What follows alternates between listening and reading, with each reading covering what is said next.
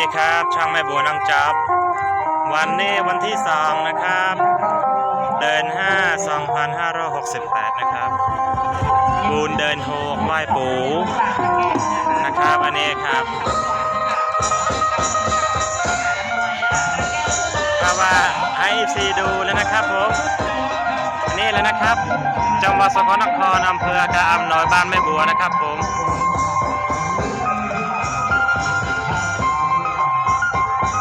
แม่บัวเดินไม่ไหวแม่บัวก็เลยไปนั่งอยู่ข้างในโน่นเลยครับผมก็เลยเดินขบวนแห่มากับพื้นเท้า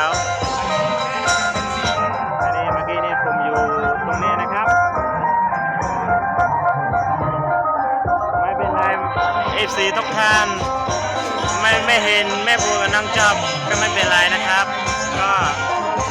ถ่ายคอนเทนต์ให้ FC ดูนะครับวันนี้ครับ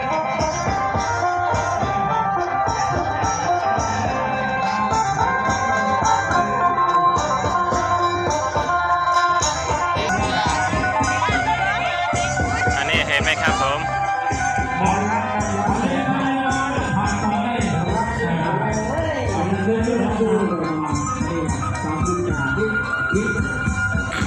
อันอยู่ข้างหน้ารถกระเบื้องรถเลยนี่แหละ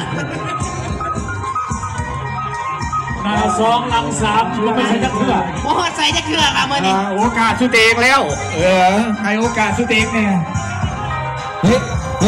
ผู้ใหญ่คำสอนนะอันนี้ครับเป็นสีครับอันนี้ขบวนบ้านปูตรงนี้ครับไปดอนพูก็มีน้องใหญ่เขาไปเองน้องใหญ่ไปก็เลยไปดอนพูเลือก